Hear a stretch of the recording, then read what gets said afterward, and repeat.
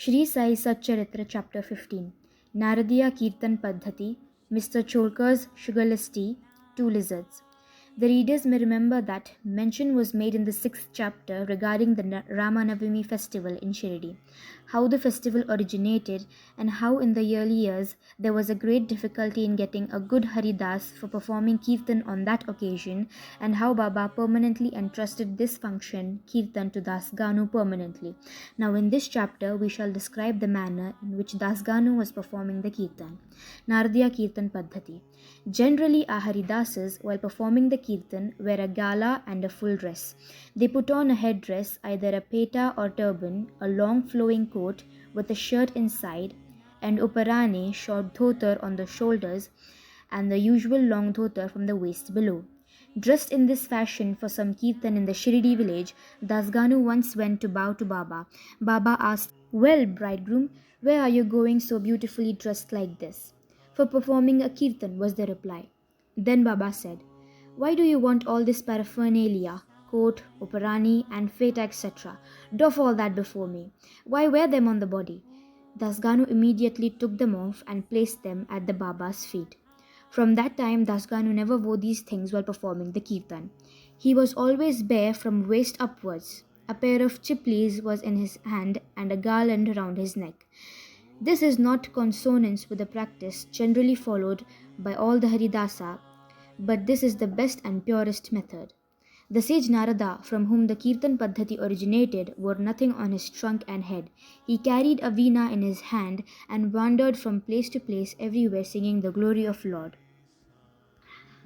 Mr. Cholkar's Sugarless Tea.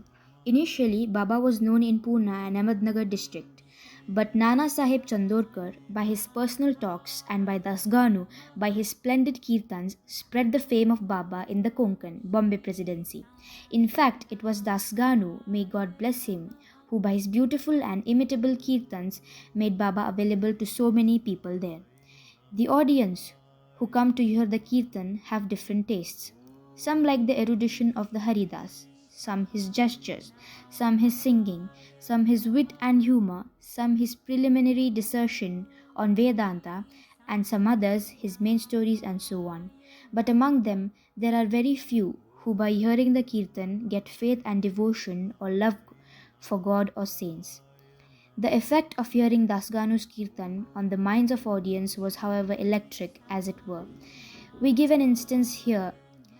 Dasganu was once performing his Kirtan and singing the glory of Sai Baba in the Kupaneshwar temple in Thana.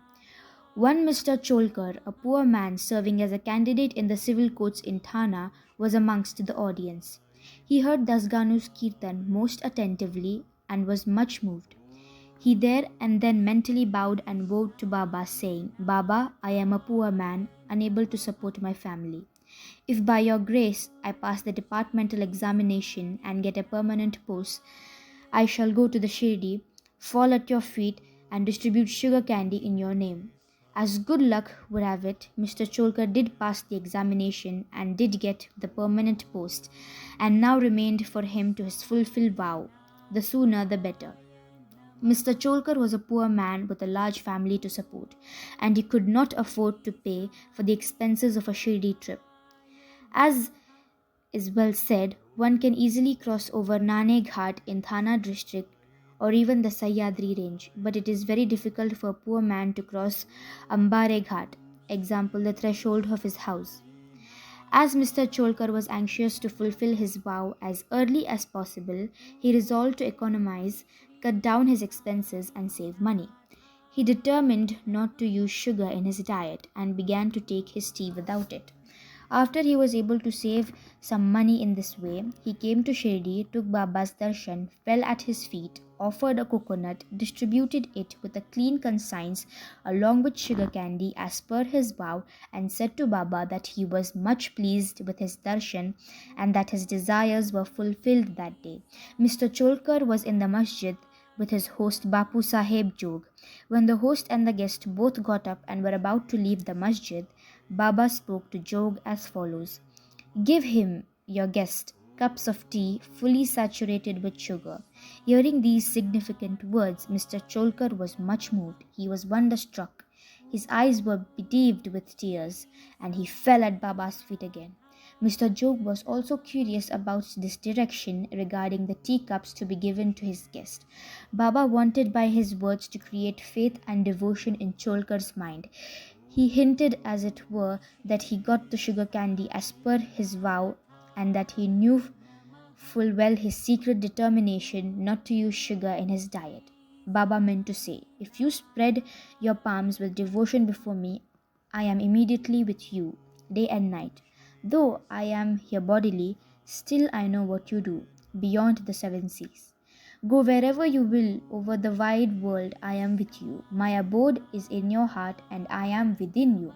Always worship me, who is seated in your heart, as well as in the hearts of all beings. Blessed and fortunate indeed is he who knows me thus."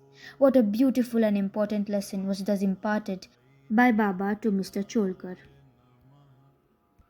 Two lizards. Now we close this chapter with the story of two little lizards.